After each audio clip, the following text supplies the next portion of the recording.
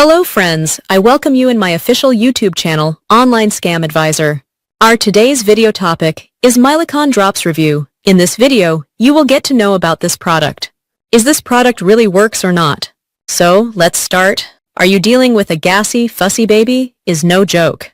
If you're a tired parent wondering if Mylicon Drops are the answer, stick around. I'm breaking it all down, honestly. So, what exactly are Mylicon Drops? They contain simethicone, which helps break up gas bubbles in a baby's tummy. It's dye-free, alcohol-free, and pediatrician recommended. Sounds promising, but does it actually work? Thousands of parents swear by it. Worked in minutes, baby slept better, and lifesaver are common praises. But not everyone's convinced.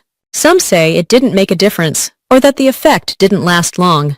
I even saw one review that said, "Might as well have given my baby water." I tried it on my 2-month-old who was dealing with post-feeding gas and lots of crying. I followed the directions, gave the right dose, and, honestly, it helped. Within 10 to 15 minutes, there was noticeably less fussing and more peace.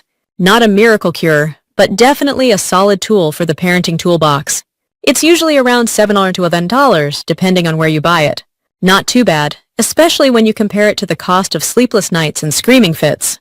So, is it worth buying? In my opinion, yes. It's safe, affordable, and in most cases, effective. Might not work for every baby, but definitely worth trying if gas is the problem. Have you tried Mylicon Drops? Did it work for your little one?